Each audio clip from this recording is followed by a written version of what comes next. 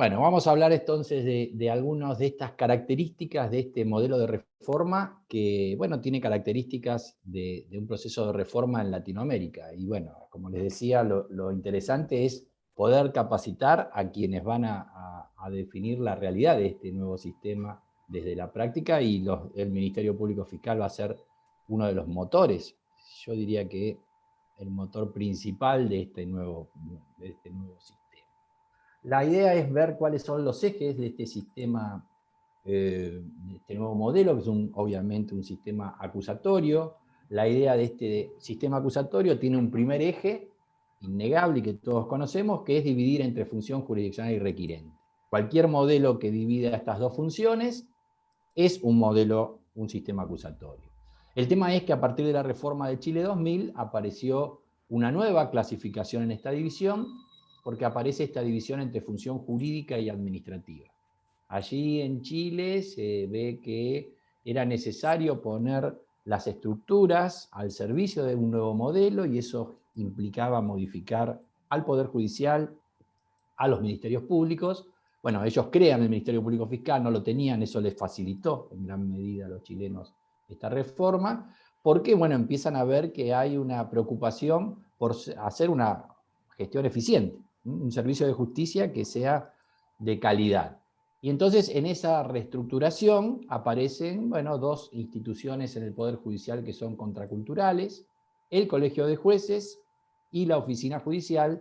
El Colegio de Jueces es integrado por varios jueces, un mismo colegio, que son gerenciados por la oficina judicial, que cumple toda esa función administrativa, la logística para las audiencias, y además le maneja la agenda a los jueces. Desde el lado del Ministerio Público, bueno, la idea es romper la estructura refleja que siempre nos caracterizó, ¿no? Crean el Juzgado 1, aparece la Fiscalía 1. Bueno, ese modelo que nos viene desde la colonia, obviamente hay que erradicarlo, y hoy, bueno, la ley del Ministerio Público, que tiene algunos problemas probablemente, pero no es una mala ley, va a prever estas fiscalías de distrito, con fiscalías temáticas, y con una estructura central de la procuración que le da apoyatura a cada fiscalía de distrito y a las fiscalías temáticas. Y en definitiva, toda esa reorganización lo que busca es lograr persecución penal estratégica, esto es, eficiencia en la gestión del Ministerio Público, que por supuesto tiene que reprimir con buenos niveles de eficiencia el crimen, y sobre todo en materia federal el crimen organizado, y por allí por Rosario tienen un gran desafío con el tema narcotráfico, que todo lo penetra. Esa es una de las primeras características. Y dentro de esta misma idea, bueno, aparece un cambio de modelo muy profundo. Un viejo modelo que a través de los expedientes ocultaba a las personas, que tenía muy poca cultura para salidas tempranas y alternativas. Tenemos institutos, pero no los terminamos de utilizar en general, y de esto también me hago cargo como fiscal en la capital federal. Eso genera, en definitiva, no recurrir a eso, un efecto cuello de botella, y si uno quisiera graficar esto, ahí tenemos que en algún momento se hacen esos cuellos de botella en esos expedientes, ya sea en tribunales orales, en casación, en fin. La idea de este nuevo modelo, bueno, parte de una concepción totalmente distinta, donde visibiliza el conflicto entre personas con un sistema de audiencias. La sala de audiencias va a ser el nuevo escenario. Se piensa mucho en manejar cargas de trabajo de manera racional, con lo cual todos los casos que entran al sistema, bueno, no pueden salir por una única boca de expendio, sino que tienen que estimularse estas salidas tempranas y alternativas. Muchas de ellas son de mejor calidad, menos violentas y percibidas como tales, tanto por el imputado como por la víctima. También va a haber una predisposición a esos procesos simplificados, de modo tal que se van generando válvulas de escape que desagotan la carga de trabajo, y en definitiva sí empieza una preocupación muy central por manejar esa sobrecarga de trabajo, que ha sido un problema endémico de nuestros sistemas de administración de justicia, con, bueno, la ventaja de tratar de hacer esa descarga de carga de trabajo con respuestas de buena calidad. Si uno mira ese viejo modelo que tenemos, que bueno, que es del principio de 1800, porque es el código Napoleón, el código mixto, ¿no? El código Levene que hoy tenemos. Bueno, es un proceso secuencial, ¿no? Cada proceso que iniciamos busca llegar a dictarse sentencia. De hecho, la sentencia es la forma normal de terminación del proceso, y todo el resto son anormales. Y la realidad es que el 97% de los casos entonces se resuelven en el sistema del EBN, en el código que tenemos vigente, con formas anormales de terminación. Este nuevo modelo, bueno, hay que ir saltando esos hitos, ¿no? Para llegar a juicio. Tenemos que indagar, procesar, requerir alegación a juicio y llegamos a la etapa de debate. Este otro modelo, bueno, no es secuencial. Lo que busca son esas salidas por colectora, que se van construyendo también con acuerdos con la contraparte, y ir a juicio es solo una opción más. Llegar a juicio y sentencia es una de las opciones que nos la va a dar nuestra teoría del caso. Tenemos entonces estas primeras herramientas con esa división de funciones de esas dos características, y dentro de esa preocupación por la gestión nos va a aparecer resignificado esa necesidad de tener respuestas de calidad en tiempos cortos, y el principio de oportunidad parece una herramienta muy útil para esto. Por supuesto que este principio, bueno, siempre operó. Claro que cuando no está regulado y no hay control sobre él, opera de manera caótica, subterránea, en cada una de las dependencias de las agencias judiciales. Este principio de oportunidad ahora aparece como una herramienta muy potente, regulada, y dentro de un nuevo paradigma, el paradigma de gestión de la conflictividad, con el cual se pone a la víctima, bueno, como parte central de este modelo. Hay un reconocimiento de derechos de la víctima muy fuerte. Y ese paradigma de la gestión de la conflictividad, bueno, supone un cambio cultural muy potente. Nosotros nos hemos formado con esta idea de que el fin del proceso es la averiguación de la verdad. Bueno, lo concreto es que no es que nunca más va a ser esto, porque va a haber casos en que por supuesto lo será, pero ya no es el único fin del proceso o el fin principal del proceso. El fin del proceso ahora se diversifica buscando en realidad la paz social y la armonía entre las partes. Y eso es el movernos desde el paradigma del orden a la gestión de la conflictividad. Desde nuestra cultura, que viene de la colonia, con la acción penal pública, este paradigma del orden lo que buscaba era restablecer ese orden porque había sido violado a través de la infracción a la ley que había cometido el imputado. Con lo cual el problema era entre el Estado y el imputado. Esto, dentro de lo que es teoría del conflicto, supone atender a lo que se conoce como el conflicto secundario, la desobediencia del imputado a la ley del Estado. Eso es lo que permitió expropiarle el conflicto a la víctima, a la cual, bueno, le dábamos alguna intervención de generosos que éramos, pero en este nuevo paradigma de gestión de la conflictividad, como lo que atiende es el conflicto primario, el problema que se da entre víctima y victimario, bueno, ya la víctima no puede ser un convidado de piedra al cual le reconocemos algún derecho, sino va a ser protagonista. Claro que en materia federal, los tipos de delitos que son de competencia de federal, encuentran que, bueno, la víctima muchas veces no está.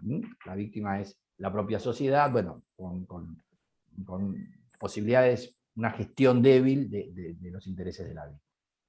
Pero bueno, por supuesto que esto supone adoptar un posicionamiento ideológico, y la cuestión es que el código y la ley del Ministerio Público, porque va todo en armonía, decidió esto. El 22 del nuevo código, que además hoy está vigente en todo el país por la decisión de la bicameral en el 2019, cuando empezó a implementar normas, una implementación gradual de normas, bueno, este artículo justamente suscribe este paradigma de gestión de la conflictividad como lo obligatorio. Miren que está en el 22, uno de los principios dentro del primer capítulo de los grandes lineamientos del modelo. Ese artículo va a decir, bajo el título Solución de conflicto, jueces y representantes del Ministerio Público tienen que resolver el conflicto surgido como consecuencia del hecho punible, dando preferencia a las soluciones que mejor se adecuan al restablecimiento de la armonía entre sus protagonistas y a la paz pública. Y ahí aparece el fin del proceso. Ese es el nuevo fin del proceso. armonía entre las partes y paz social. Y bueno, Binder, que es uno de los ideólogos de todo este proceso de reforma en Latinoamérica, nos marca que obviamente van a coexistir dos modelos de proceso que conviven. El proceso composicional, que gira alrededor de esta idea de equidad, de acuerdo, de reparación, y un proceso de conocimiento, que es el clásico que nosotros conocíamos, que se ventilaba en esa etapa de juicio oral y público con esas características, que gira alrededor de la verdad, de la sentencia y de la pena. Por supuesto que lo que hay que conseguir es la paz social, y en algunos casos, sobre todo los hechos más graves, esa paz social solo la conoceremos descubriendo la verdad. Y eso se hace en un proceso de conocimiento a la vieja usanza. Por eso, descubrir la verdad sigue siendo un objetivo de este proceso, pero en la medida de que sea la vía para obtener la paz social. Y estos casos, bueno, estarían como teorías del caso, deberíamos predeterminarlos, preferentemente eligiendo para los hechos no muy graves la idea de salir por soluciones composicionales, consensuadas, y cuando, bueno, son hechos muy graves, probablemente nuestra teoría del caso oriente hacia un proceso de conocimiento para obtener sentencias condenatorias de gravedad. Y cada uno de estos procesos tiene su regla, mientras que el proceso de conocimiento funciona con la lógica de la adversarialidad, con los principios del acusatorio ahora, que son, bueno, están indexados respecto de los que hacíamos jugar en un juicio con el Código Levene, y además sin ningún rasgo inquisitorial de que los jueces puedan preguntar, producir pruebas, etcétera, etcétera. Y esos otros hechos menos graves, bueno, con la tendencia de ir a un proceso composicional, que si fracasa la composición sí puede llevar a un proceso de conocimiento. En este sentido, el principio de oportunidad es una herramienta que, puesta al servicio de este paradigma de gestión de la conflictividad, rinde frutos. Su capacidad de rendimiento es importante con estos institutos que son los de mejor prensa. Estas son una de las formas de manifestarse este principio de oportunidad. Son la conciliación, la suspensión del proceso a prueba, bueno, la reparación integral, que quedó rara ahí en el código, me parece que dicen que está, que bueno, brindan una respuesta menos violenta que la pena como respuesta, y además conforma a víctima y, por supuesto, también al imputado. Ahora, otra manifestación de este principio de oportunidad viene dada por esta idea de desechar los casos. Hay casos que indudablemente, como los recursos son finitos, no podemos absorberlos todos y necesitamos rápidamente sacar casos de circulación. Bueno, en este caso, a partir de un principio de oportunidad reglado, que están en el artículo 31, que son insignificancia o bagatela, diferente a la penal, es una insignificancia procesal. Lo que es pena natural, pena suficiente, bueno, por ahí son institutos que estaban más pensados para códigos de provincia y no para un sistema federal. Tal vez el de pena suficiente es el más relevante, que ahí puede jugar algún papel. El tema es que en los códigos, en los primeros códigos, esto de desechar el caso era no darle respuesta a la víctima, porque el Ministerio Público decía, este caso es insignificante, me bajo y no lo persigo, y se quedaba con un sobreseimiento el caso. Bueno, este código, dentro de una tendencia regional, le da esta posibilidad de conversión de la acción penal de pública en privada. Entonces, esa respuesta al final llega. Es un instituto controversial, y más como está regulado la conversión, pero lo tenemos. Y después aparece una tercera manifestación del principio de oportunidad, que es solo buscar eficiencia. No busca descargar carga de trabajo, sino ser eficiente en la represión, fundamentalmente de los delitos complejos, crimen organizado, los que están en la órbita de federal.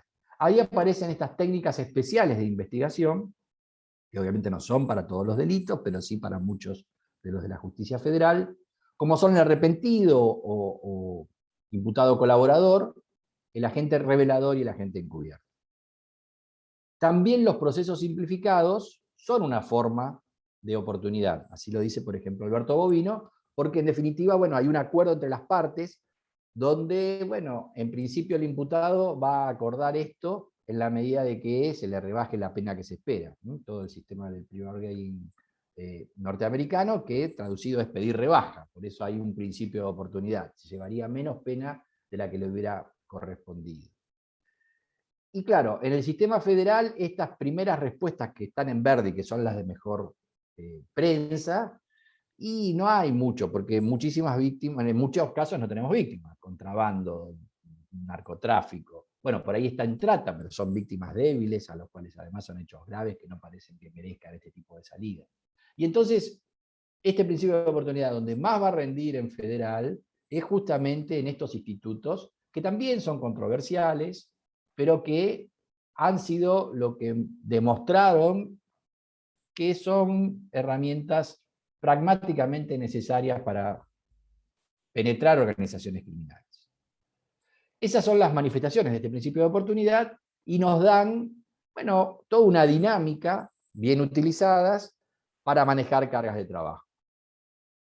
En clave de persecución penal estratégica, que es lo que debe hacer un Ministerio Público Fiscal, bueno, en primer lugar vamos a tener respuestas que no son principio de oportunidad, sino que son un primer tamiz que descarga casos para desestimación por inexistencia de delito, por archivo por no poder proceder. Después sí empieza a jugar principio de oportunidad con, bueno, estos institutos de oportunidad del 31, que son insignificancia, pena natural, pena suficiente. En federal, pena suficiente parece ser la herramienta más útil, con esta posibilidad de convertir la acción de pública en privada, para darle respuesta a casos donde el Ministerio Público se baja.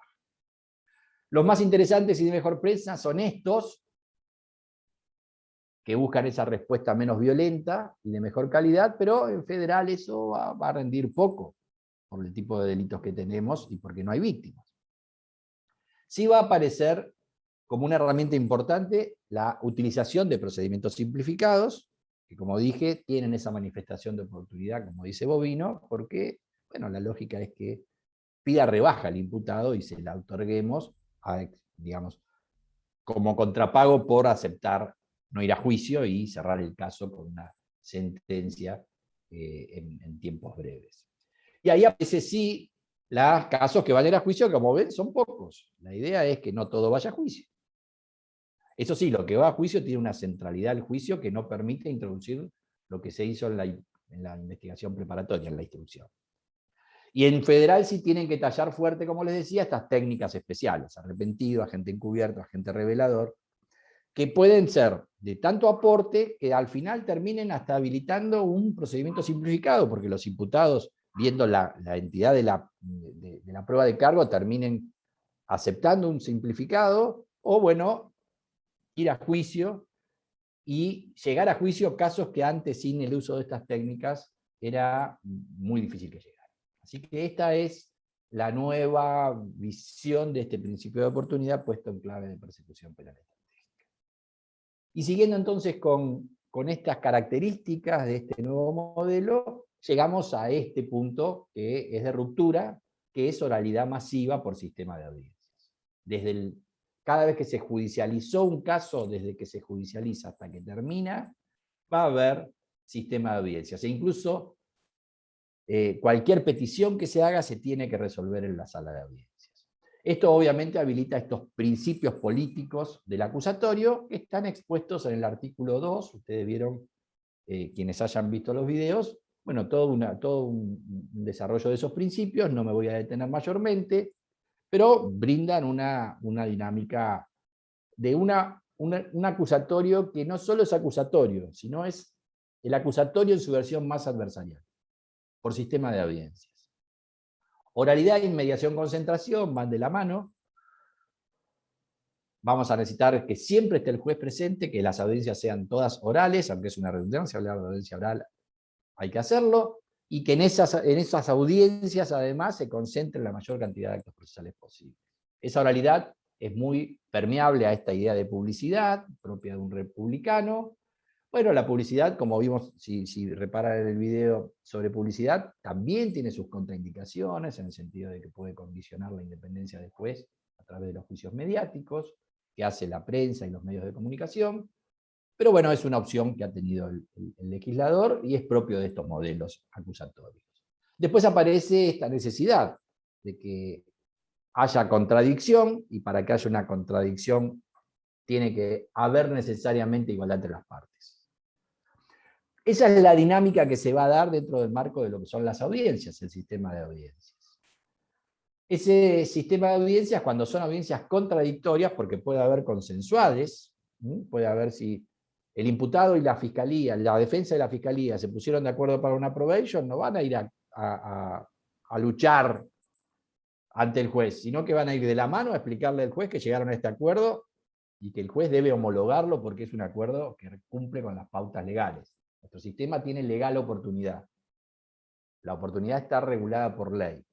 La diferencia con el sistema anglosajón es que en el sistema anglosajón al fiscal se le dan amplias facultades discrecionales para decidir qué persigue y qué no. Nosotros no. Solo podemos prescindir de la persecución si encuadra el caso en la ley, y eso es lo que necesita la homologación del juez. Ahora, cuando son audiencias contradictorias, bueno, este es el escenario. Esta igualdad entre las partes genera una lucha con igualdad de armas. Y con control horizontal, sobre todo en la investigación penal preparatoria, donde no se producen pruebas, hay evidencia y son argumentativas. Las partes le cuentan al juez qué tienen para sostener su teoría del caso. Y una parte controla a la otra. Cuando yo digo que tengo 4 testigos, si no los tengo, la otra parte dirá no los tiene, y si yo digo que mi testigo va a decir o dice tal cosa, la otra parte dirá no o sí va a decir. Ahí el control es horizontal. Y dentro de ese pleito, de esa adversarialidad, se va formando en el juez el análisis del caso y elaborando la decisión. Una nueva forma de ser juez, de ser fiscal, de ser defensor. Y a esos principios le agregamos 3 más: celeridad, simplicidad y formalización. Estos todos están en el artículo 2. Ahora, celeridad no es inherente al modelo. Eso depende de cómo se lo implemente, cuántos recursos le coloquemos y cómo se gestionen los casos. Así que esto de que este modelo es más rápido, sí, es más rápido el caso al que le fijamos la audiencia para mañana. Pero si se hacen colas de cuellos de botella, la celeridad puede derrapar. La idea de simplicidad y de formalización, bueno, son dos caras de la misma moneda. En la simplicidad juega mucho el lenguaje, el uso del lenguaje en esta escenografía de audiencia oral. Como dice Arbeta, hay que dejar de dar misa de espalda a la sociedad y en latín para darla en castellano y de frente a la sociedad. Y este potente principio que, bueno, por ahí está exacerbado, que es la desformalización. Que, bueno, todos estos son los principios políticos del acusatorio, son los que le dan la dinámica al proceso, y, bueno, resignifican entonces esta reforma. Esa desformalización llegó como máxima expresión a esta idea de que desaparezca el expediente. Los reformistas lo que advirtieron es que mientras existe el expediente, la audiencia pierde peso, y a veces se transforma hasta puramente en cosmética. Porque hay un refugio que es el expediente. Entonces las partes probablemente en la audiencia no digan todo lo que querrían decir, porque total está en el expediente, el juez no preste toda la atención que debería prestar porque en el fondo tiene el expediente, y si lo pudo compulsar antes, su imparcialidad derrapó un tanto. En fin, esa desaparición del expediente es la máxima expresión de esta desformalización. Y esa desformalización, les decía, es un poco radical, pero es parte de estos movimientos pendulares. Como tenemos el formalismo absoluto con la sacramentalización del expediente, que lo cosemos, lo cuidamos, lo sellamos, lo foliamos, bueno, la idea en estos movimientos pendulares es irnos al otro extremo, pero por supuesto que las formas son garantías. Boyerin decía que las formas son garantías. Y en este sentido, bueno, una buena explicación la brinda esta metáfora de la banda elástica, que esta idea de formalización lo que lleva es que desformalicemos todo lo posible en pos de agilizar el procedimiento, abandonar la idea del trámite, como dice Víctor. Pero esa desformalización se tiene que achicar, se tiene que replegar cuando es necesario, en orden a no vulnerar garantías individuales. Otra vez la idea de formas como sinónimo de garantías. Y esa desaparición del expediente va a ser probablemente la revolución más difícil y más resistida, porque estamos todos, bueno, yo llevo 35 años en tribunales y no es difícil concebir la práctica judicial sin expediente, pero eso es un cambio cultural enorme. Claro, no vamos a tener más expediente, lo vamos a reemplazar por esto. Un legajo de investigación del fiscal, que es obligatorio, una carpeta judicial de la oficina judicial, que es del Poder Judicial y también es obligatoria, y la idea de igualdad de armas le da la posibilidad de que también las partes, defensa y querella, hagan sus legajos de investigación, aunque esos son optativos. La cuestión es que, en definitiva, estos legajos, que serán, bueno, el legajo de investigación fiscal, el importante va a ser digital, también va a tener la posibilidad de un formato papel, hay una resolución de la Procuración que, bueno, bien Marisa se las va a explicar en su momento, que dice cómo llevar adelante ese legajo, pero claro, la cuestión es que la novedad está en que nada de esto puede pedir verlo el juez, ninguno de estos legajos, ni la carpeta judicial, ni el legajo de investigación. Y eso es lo que le da sentido, contenido y peso específico a la audiencia oral. Para ir terminando, les muestro una dinámica de la investigación penal preparatoria, comparándola con el viejo modelo, con lo que tenemos hoy, el Código LB. Tenemos que en este viejo modelo, bueno, la esquizofrenia de varios procesos a la vez, ¿no? Tipos de procesos. Instrucción jurisdiccional, que era lo original en el Código, Lebene no creía en la instrucción fiscal. La instrucción fiscal que se coló ahí con un 196, un 180 que le permite, en vez del 180, delegarla, y bueno, algunos institutos posteriores ya por el imperio legal, que dejaron la instrucción en manos de nosotros. Pero, bueno, hay un capítulo muy cortito del Código. Sin embargo, bueno, por lo menos en Capital Federal y en la justicia donde yo trabajo, el 90% de los casos los instruimos los fiscales. La historia es que en esa lógica secuencial que hoy les comenté, la idea es llegar a debate. Para llegar a debate hay que cumplir ciertos ciclos. Indagatoria, que además la tiene que disponer el juez, y si la instruimos nosotros tenemos que convencer al juez de que la disponga. Después de que indaga, el juez tiene que resolver, y para ir a juicio necesitamos que procese. Y después está nuestro requerimiento de elevación, con una etapa contradictoria, bueno, bastante escasa, ¿no? Que la defensa en general no ejerce, y si la ejerce, obliga al juez a que resuelva por auto, pero eso no es recurrible, con lo cual esa etapa contradictoria es de baja intensidad en cuanto a contradicción. Y después este nuevo modelo, que amén de que, como vimos, tiene sus colectoras y hay que priorizar esas salidas alternativas, cuando nuestra teoría del caso nos dice que debemos llegar a debate, vamos a transitar eso, que todas las investigaciones ahora van a ser nuestras, por el imperio de la ley, se acabó esa locura del juez de instrucción. Bueno, también para ir a debate necesitamos cumplir ciertos hitos, pero son menos y muy distintos. Primero, necesitamos que se formalice la investigación, lo que sería el equivalente a la indagatoria, pero eso se hace en una audiencia oral y pública. Bueno, el sistema de flagrancia, que es la reforma en 2016 del Código Lebene, es la cabecera de playa de esto. Y después de formalizar, necesitamos una acusación que se hace por escrito, no para presentarla al juez, sino para presentársela a las partes y después ir ante el juez a presentarla en una audiencia. Eso equivaldría a ese requerimiento de elevación, pero es muy distinto, por supuesto, esa dinámica. Fíjense en que ya no hay más auto de mérito. Es más, el juez no puede decidir que no hay mérito para formalizar, ni tampoco tiene que resolver ese instituto del procesamiento que había desaparecido ya en Córdoba en el Código del 91. No, bueno, acá hay una audiencia de control muy potente, es muy central eso, una contradicción donde se pueden plantear una infinidad de cosas, y que si el caso prospera para ir a juicio, ahí mismo se provee la prueba. Y la prueba que no se conoce, que se rechaza por sobreabundante, por no pertinente, y también la prueba ilícita. Todo el capítulo de nulidades se ve ahí. Cuando yo quiero ofrecer una prueba y la otra parte cree que es ilegal, ahí lo plantea, y si gana la posición de la que contrapone, el juez la declara ilícita y no la admite.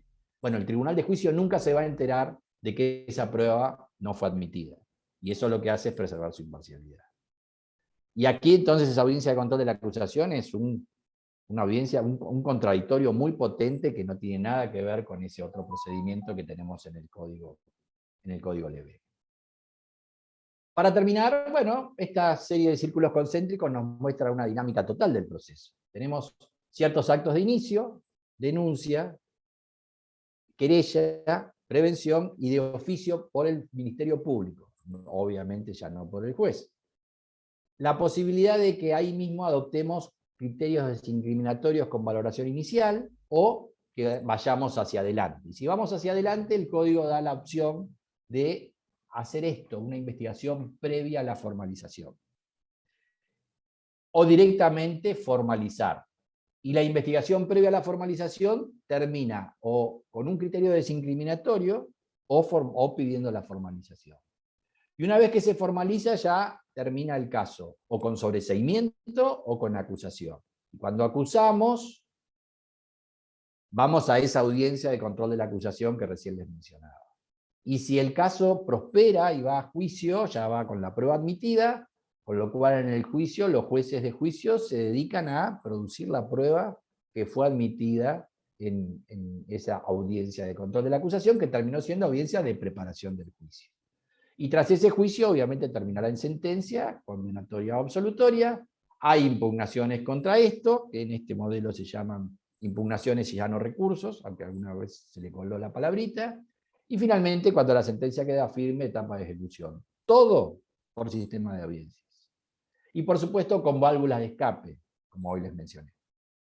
En esa valoración inicial ya podemos desestimar, podemos archivar, podemos aplicar un criterio de oportunidad o un modelo de disponibilidad como conciliación, reparación, suspensión del juicio a prueba. Eso mismo lo podemos hacer cuando estamos en la investigación previa a la formalización.